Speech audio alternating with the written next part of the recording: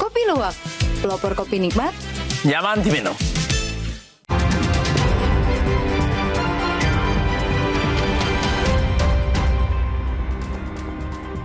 Terima kasih Anda masih bersama kami di Kompas Petang. Saudara, undian Piala Dunia U17 2025 sudah digelar. Indonesia tergabung dengan Brazil di grup H. Selain Brazil, Garuda juga satu grup dengan Honduras dan Zambia. Brazil adalah langganan juara Piala Dunia U17. Terakhir memenangkannya pada edisi 2019. Sementara Honduras mewakili CONCACAF dan lolos ke Piala Dunia U17 2025 usai tampil baik di kualifikasi. Sementara Indonesia lolos ke Piala Dunia U17 2025 lewat jalur Piala Asia U17. Pelatih Timnas U17 Nova Arianto berharap mental anak asuhnya tidak turun setelah undian fase grup ini. Saya berharap pemain tetap mempunyai mental yang kuat karena selama 90 menit di sepak bola semua bisa terjadi. Dan kami berharap bisa lolos babak selanjutnya dengan minimal meraih peringkat ketiga terbaik di grup. Tulis Nova Arianto di akun Instagramnya. FC Copenhagen memastikan juara Liga Denmark 2024-2025. Pemain timnas Kevin Dix bisa mengangkat trofi untuk ketiga kalinya. Copenhagen finish di peringkat pertama dengan 63 poin dari 32 laga. Gelar ini juga menjadi kado perpisahan bagi Kevin Dix dengan Copenhagen. Dia akan gabung dengan Borussia Mönchengladbach musim depan.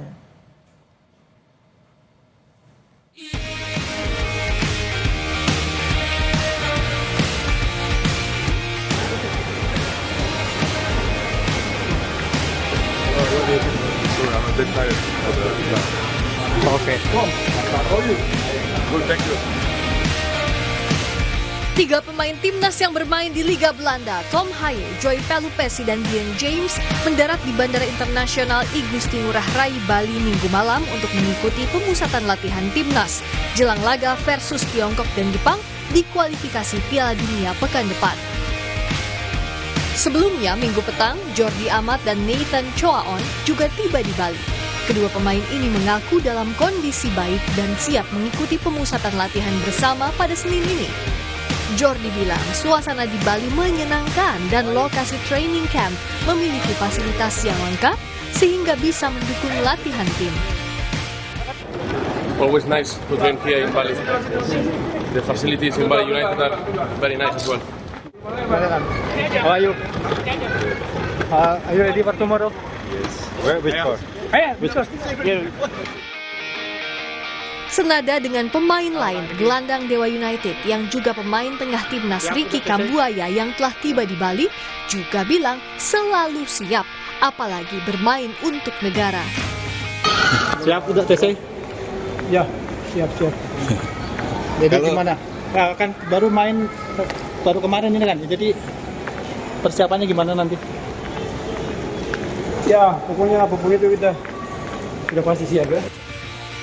Sementara Kapten Timnas Indonesia Jay Itzes telah bergabung ke pemusatan latihan timnas di Bali karena klubnya Venezia masih menyisakan satu pertandingan di Serie A Italia Senin dini hari. Meskipun Itzes tak bermain saat pertandingan bersama klubnya karena akumulasi kartu, namun ia hadir memberi dukungan. Tim pelatih Patrick Kluivert bersama Denny Lansat, Alex Pastor, dan seluruh ofisial telah tiba lebih dulu di Bali untuk mengecek lapangan di Bali United Training Center. Mereka memantau kondisi rumput hingga rapat internal pelatih guna memastikan latihan perdana skuad Garuda dapat berjalan lancar. Kluivert memuji fasilitas Bali United Training Center yang menjadi tempat latihan Jay Itzes dan kawan-kawan. Patrick Kluivert memanggil 32 pemain untuk menghadapi Tiongkok pada 5 Juni dan Jepang 10 Juni nanti di kualifikasi Piala Dunia 2026 zona Asia. Para pemain pun berupaya mendapatkan posisi inti di timnas saat bertanding nanti. Tim Liputan, Kompas TV.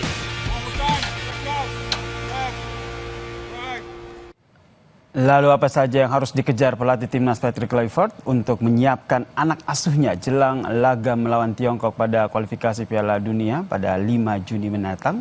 Kita langsung perbincangkan dengan analis sepak bola, Bung Anton Sanjoyo yang telah bergabung bersama kami di Kompas Petang. Selamat sore Bung Joy. Selamat sore semua. Bung Joy, ini semua pemain, ada 32 pemain yang dipanggil ini sudah bergabung di Bali begitu untuk training camp gitu. Menurut Anda apa saja yang harus disiapkan oleh Coach Patrick Kluivert dalam training camp di Bali ini? Ya kecuali Jai semua udah bergabung ya kayaknya, dan tim pelatih kan sudah 2 hari lalu berada di Bali.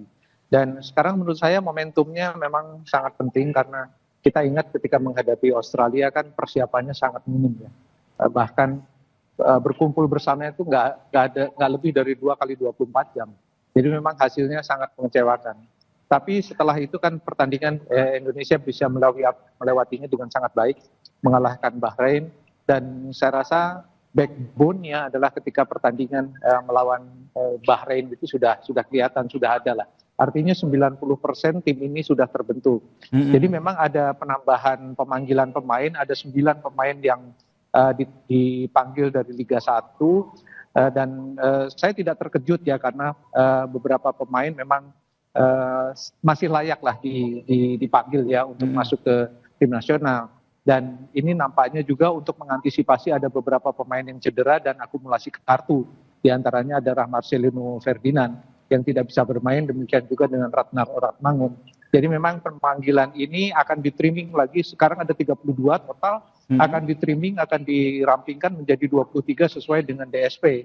Dan ini memang hari-hari ini yang sangat penting, karena menurut saya backbone-nya sudah ada, tinggal menambal yang diperlukan untuk menghadapi, terutama menghadapi Cina atau Tiongkok ya, karena memang ini laga yang harus dimenangi.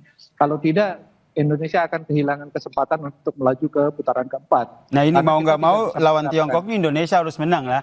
Kalau Anda melihatnya seperti apa? Kalau masalah chemistry mungkin sudah tidak jadi soal lagi ya dengan Patrick Kluivert. Tapi apa yang menjadi fokus dari Patrick Kluivert sekarang? Apakah masih soal fisik atau nanti seperti apa? Saya kira ya kalau fisik kan, kalau kumpul 1 bulan pun nggak bisa ningkatin fisik kan. Artinya sebetulnya fisiknya yang ada sekarang saja yang harus dimanfaatkan. Jadi ada yang mungkin ada yang 80%, ada yang 90%, nggak mungkin ada yang 100%. Tapi dengan 90 atau 80% itu, Kluivert harus bekerja keras bersama Alex Pastoor dan Denny Lansat untuk memanfaatkan semuanya. Karena nggak mungkin kita mengharapkan 100% lah. Tapi waktu istirahatnya cukup. Mudah-mudahan yang terbang dari Eropa juga tidak jet lag, sehingga kemudian ketika sampai di Bali bisa langsung melakukan latihan intens. Dan menurut saya hanya tinggal memadukan pemain-pemain yang kemungkinan menggantikan posisi Oratmangun atau posisi Marcelino Ferdinand. Dugaan saya sih Lili Pali akan mengisi posisi Marcelino ya, karena memang karakter bermainnya dan karakter posisinya kurang lebih sama gitu loh. Tapi di lini belakang Martin Pas juga nggak bisa main karena akumulasi kartu. Ya masih ada Emil Eudero, masih ada Hernando Ari. Jadi rasanya nggak terlalu khawatir lah di belakang, karena di depan kiper itu kita punya 2 pemain yang sangat tangguh, ada Jai, ada Rizky Ridho. Jadi harusnya sih lini belakang tidak akan terlalu banyak berubah. Bahkan lini belakang tidak terlalu banyak berubah ya. Tapi tadi Marcelino, Bung Joy melihat nih kemungkinan posisi Marcelino diganti oleh Lili Pali begitu. Nah ini menggodoknya akan seperti apa? Mengingat Lili Pali kan sudah cukup lama tidak dipanggil untuk bergabung di timnas. Iya, tapi dia kan keluar masuk timnasnya juga udah lama dan dia pemain yang sangat berpengalaman. Jadi rasanya sih perlu latihan 2 atau 3 kali saja, latihan internal. Sudah cukup ya? Ada game internal. Ya sayangnya memang tidak ada laga uji coba sebelum melawan Cina. Karena menurut saya itu laga itu perlu, karena untuk yang starting 11 itu memang perlu diuji betul-betul oleh tim yang dalam competitive matches. Sayangnya memang tidak ada. Pak Marji sudah menginformasikan tidak ada laga uji coba. Menurut saya itu sayang sekali, tapi ya mudah-mudahan semua berjalan dengan baik. Ya ini harapan kita bersama semua berjalan dengan baik. Tapi tidak hanya Marcelino, tidak ada Martin Pas juga tidak bermain. Terus ada beberapa pemain yang juga tidak akan main dalam laga melawan Tiongkok ini. Yang Anda lihat pola yang nanti dilakukan oleh Patrick Kluivert akan seperti apa? Terutama memilih dari 3-2 ke 2-3 pemain. Saya kira untuk trimming dari 3-2 ke 2-3 tidak terlalu masalah ya. Karena backbone-nya kan udah ada. tim ini kan sudah lama dibentuk sebetulnya oleh Sintayong sebelum diambil alih oleh Kluivert. Jadi harusnya sih 90% tim ini sudah baku. Dan tinggal penambahan 1-2 pemain, terutama posisi-posisi yang tidak bisa dimainkan. Misalnya Marcelino kan nggak bisa, Orat Mangun juga nggak bisa, Martin Pas nggak bisa. Jadi 3 itu. Tapi dengan adanya Joy Pelupesi, saya rasa lini gelandang dan lini belakang itu betul-betul aman ya. Dan kalau Anda bertanya bagaimana cara bermain, dugaan saya memang akan sangat ofensif. Karena memang butuh kemenangan. Cuma memang pola yang diterapkan menurut saya akan 3-5-2. Karena itu posisi yang ofensif, sekaligus transisi kepada bertahannya juga cukup bagus. Karena di kanan kiri misalnya Verdong itu bergeraknya juga cepat. Jadi kalau misalnya keserang, Indonesia akan punya posisi 5 back dan 3 gelandang. Jadi nggak ada masalah sebetulnya.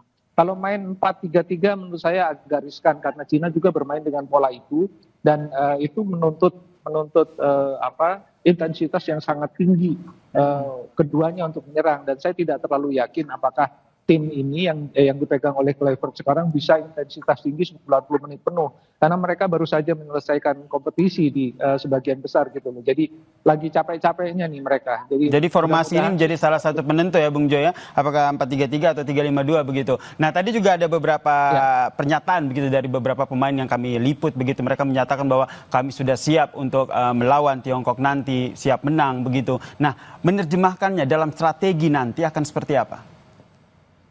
Saya kira karena memang kebutuhan untuk menang sangat besar dan boleh dikatakan mutlak. Jadi memang Indonesia harus menyerang sejak awal, menggebrak sejak awal.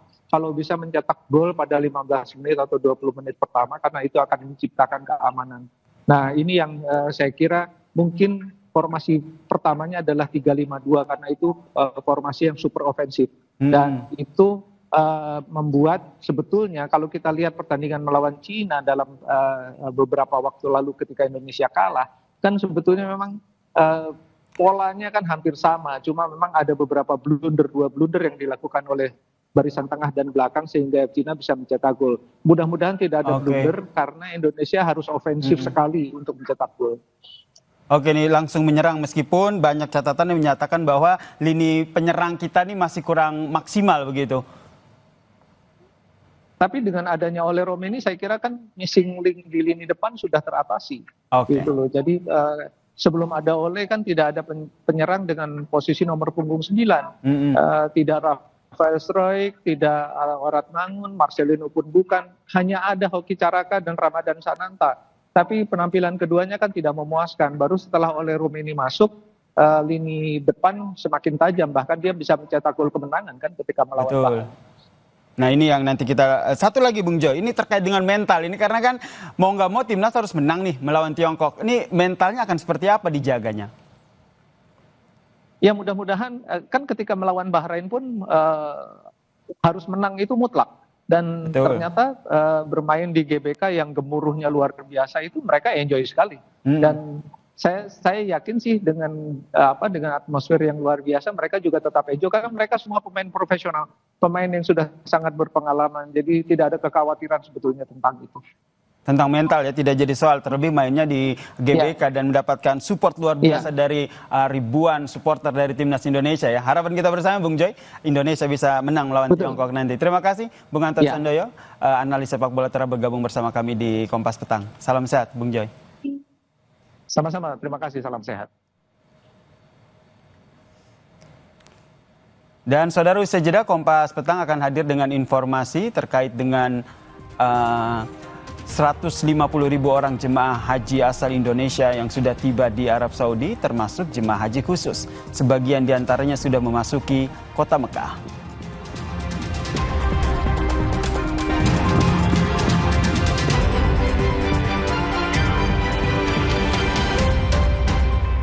Murid-murid kita yang ada di SLBNA ini kan tengah memasuki masa ujian. Ternyata ini harus dibongkar. Urgensinya memang sebesar itu. Nah, aku mau husnuzon aja ya, supaya ketika